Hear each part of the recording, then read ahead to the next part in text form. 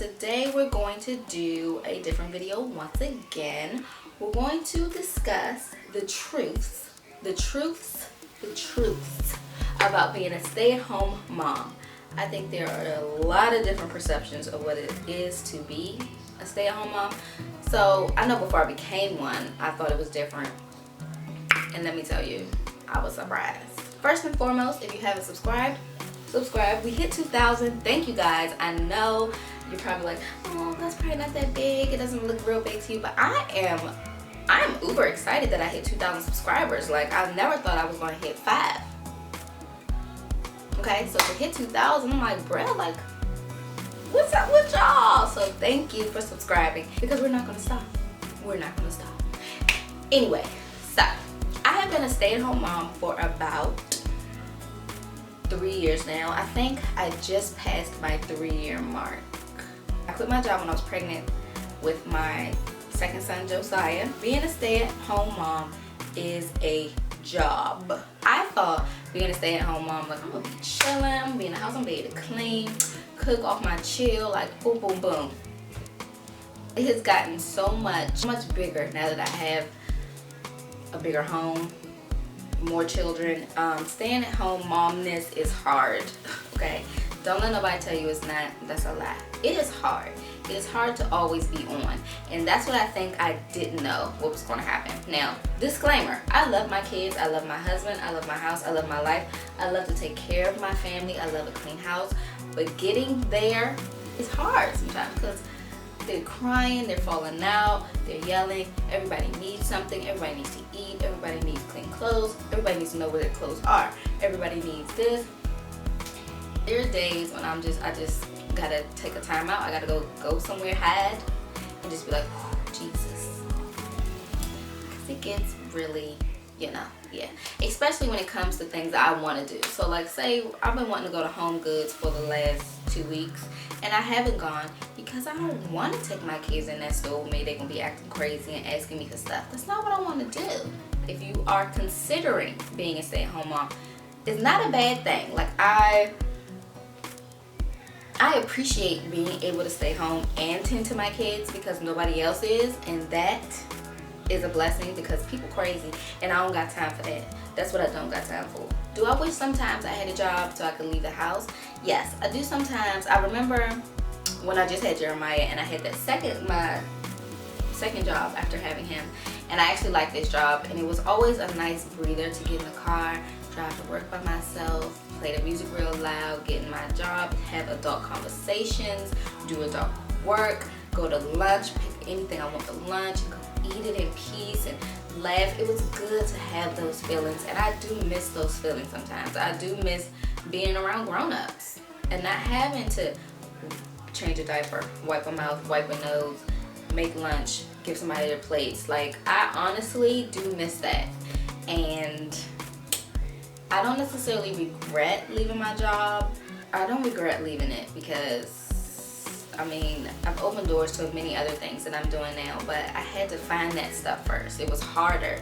You know, it's harder to get up and do what you want to do when you're dead tired of taking care of everybody else the whole day. You know, it's really hard. Like, being a woman, a mom, and a wife, you take care of everything. I'm going to share a couple of things that I like to do that keep me sane. So number one, I think, is the number one thing for any stay-at-home mom to do, and if you're considering being a stay-at-home mom, maybe you should already start working on these things in your brain. What do you like to do? What makes you feel like you? At first, I didn't know what I liked to do. I wasn't doing anything. I was just at home. I was angry, I was mad, I was irritated. My husband would talk to me and I was like, I'll be real, like, leave me alone. So I had to figure out what I wanted to do, and it turned into YouTube, and I like to write, so I write for different hair blogs, and I like to do hair most of the time, and makeup, and, you know, stuff like that. If you're doing YouTube, if you like to create things, DIYs, whatever, do that stuff and make time for it, because nobody's going to make time for what you like to do but you. You want to know what my kids are doing right now? My daughter is sleeping napping. I have the baby monitor right here. And my son, my 2-year-old, is in his high chair eating Oreo cookies and watching his iPad. The only thing that keeps him quiet, and I know I'm about to run out of time with that, okay? Don't be ashamed to give your kids, hey, a couple of cookies. Here you go. Be quiet. Go sit down so you can do what you gotta do. You know, because if you don't, you're never gonna be able to do it, and you're gonna be at night when they go to bed, you're gonna be sitting there like. So definitely find a hobby and make time for it. Number 2, get your kids on a schedule. I don't have a written in stone schedule. I will say that. My schedule is not like we do this at this time, we do this and that time. It's normally when I catch a time. So like I know when Sky wakes up at say 8 o'clock, I know she's gonna go back to sleep around 11:30, 12. So I'll glance at the clock around those times and I feel her out, and that's how I put her to sleep. And then when JoJo wants to eat lunch, I know he's gonna want to eat. So I make sure I try.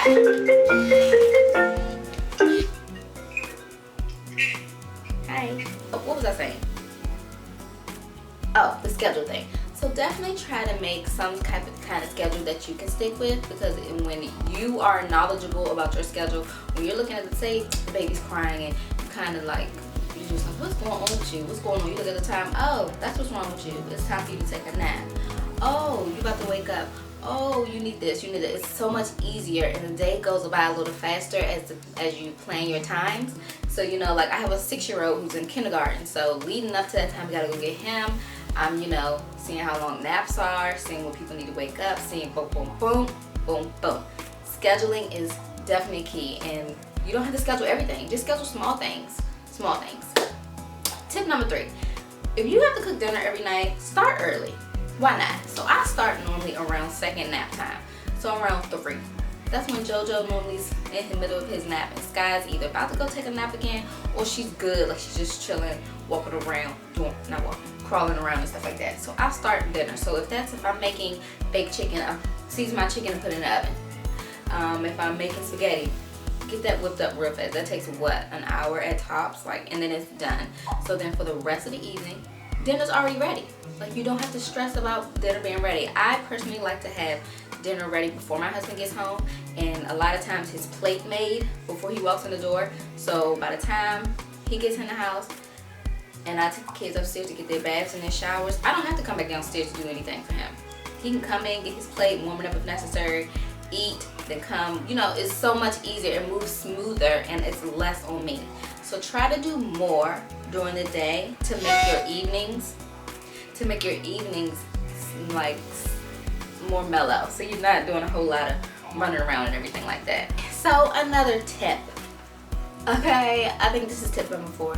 Tip number 4, if you have help, use it. I struggle with this tip because for some reason I think I can do everything, and I think it stems from being raised by a single mom who I saw do everything. So it's hard for me to reach out to even my husband on the smallest things. He gets a little frustrated with me sometimes because he's like, just tell me what to do and I'll do it. And I still struggle with that. So if you have help, a husband, your mother, your grandmother, anybody, use that help. Use it, because it is such a good relief to have help. Every time I do actually say, okay, I'm gonna take these kids to their grandmother's house and I'm gonna go do me, I feel so light and relieved, and I feel re-energized to attack mommy world again. So by the time I go pick them back up, I'm like, woo, hey y'all, how y'all been? What y'all need? I got you. I'm already ready. Okay? Use your help.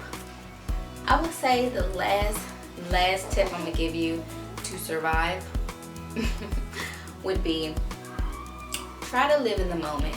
They will not be this small forever.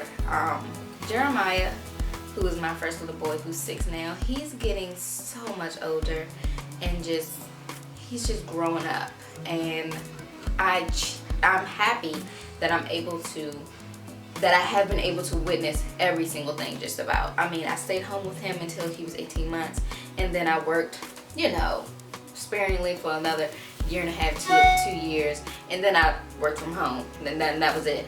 Then I had JoJo, and you know, that was it. So I haven't missed a lot, and I thank God for that. Invest time in your kids and play with them and listen to them. Like JJ, when they get that age, they talk a lot, okay? A lot. But when he gets off the bus, I let him talk. Let me hear what you gotta say, boo. Let me hear it. Oh my goodness. And then I reach a limit, and then I'm like, okay, JJ, I reached my quota. That's it. We need a break. No more talking. But I say all this to say, staying at home as a mom and a wife is definitely hard, but it's definitely a blessing. And I mean, hey, if you need support, if you need friends, if you're a stay-at-home mom and you need someone to vent to, you want to talk to, you can talk to me. Okay, I love to talk to people, and I'm a stay-at-home mom, and I need people to talk to, because half the time I'm stressing out like, what the word am I about to do? If you want to talk to me about stay-at-home moms, if you have any questions, if you have some tips you can give me to make my days go easier, please share those with me, because these little kids, they don't care. They don't care. Do that. So if you haven't already, subscribe, give me a thumbs up, and comment below, and I'll see you guys in my next video.